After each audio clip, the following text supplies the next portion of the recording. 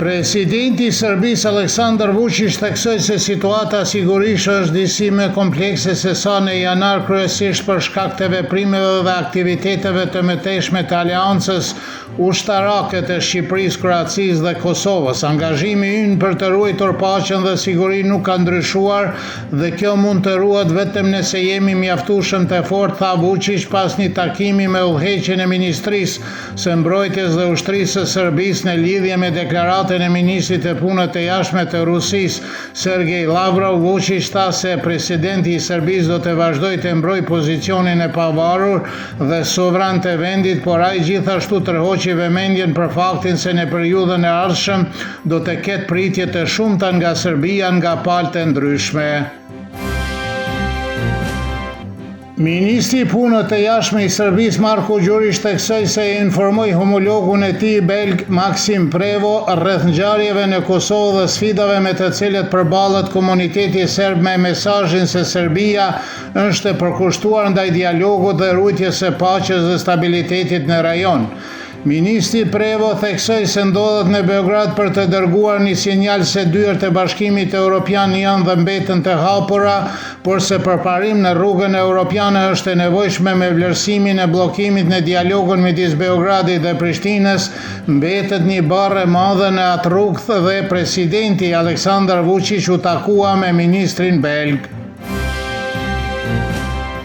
Zyra e qeverisë së Serbisë për Kosovë dhe Metohi njoftoi si një tjetër një seri arrestimesh të serbe nën pretekstin për krime të dyshuara lufte është një sulm i planifikuar nga Prishtina ndaj popullit serb në Kosovë dhe Metohi me qëllim të friksimit dhe debimit të tyre nga këto zona. Njësia krimeve të luftës e policisë e Kosovës arrestoi dje Dejan Pelevićin dhe sipas gruas së tij ndalimi u bë parasyeve të nipërve dhe mbesave të tyre, gjë që i mërziti edhe më shumë familjen. Zyra deklaron se që nga fillimi i vitit 8 serb janë arrestuar me akuza të pabaza.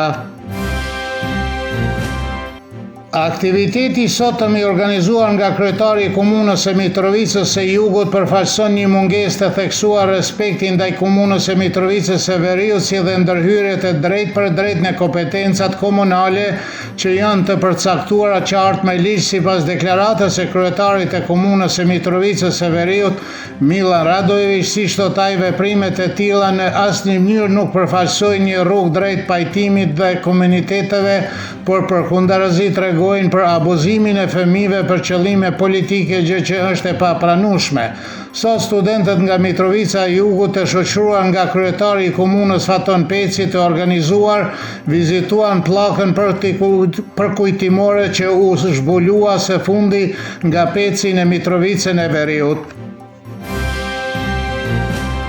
Me fjalët përmbyllëse të prokurorisë në Prishtinë vazhdoi gjykimi në rastin e Banskës, i cili po zhvillohet kundër 3 serbëve, Dušan Maksimović, Vladimir Tollić dhe Blagoje Spasojević. Prokurori kërkoi burgim të përjetshëm për të akuzuarit. Avokati Ljubomir Pantović theksoi se prokurori gjatë paraqitjes së argumenteve të tij përmbyllëse dhe kërkesës për burgim të përjetshëm nuk morri parasysh elemente të rëndësishëm në përcaktimin e dënimit, të cilët janë të përcaktuar sipas ligjit.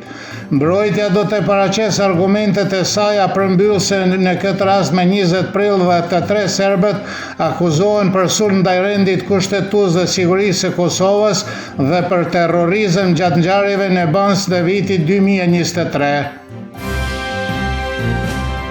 Politologu Ognjen Gogić tha se do të ketë zgjedhja të reja në Kosovë. Çështja e zgjedhjes së presidentit do të hapet vetëm pas tyre. Kjo çështje, thot ai, mund të pres deri në tetor, pasi mandati i presidentit në detyrë mund të zgjasë gjysmë viti. Analisti Artan Muhaxhiri beson se zgjedhjet e parakohshme janë të pashmangshme, sepse nuk ka indikacione se udhëheqësit politik dhe partitë politike do të gjejnë një zgjidhje për çështjen e presidentit. Në zgjedhjet e reja, sipas mendimit të tij, vetëvendosja do të merr më pak vota se në dhjetor dhe Vjosa Osmani do të merr votat. Gazetari nga Mitrovica e Veriut, Lazar Stević, vlerëson se vetëvendosja tashmë ka hyrë thellë në fushatën e re dhe se nga cila anë do të anojë presish presidentja Kosovës do të përfitojë më shumë.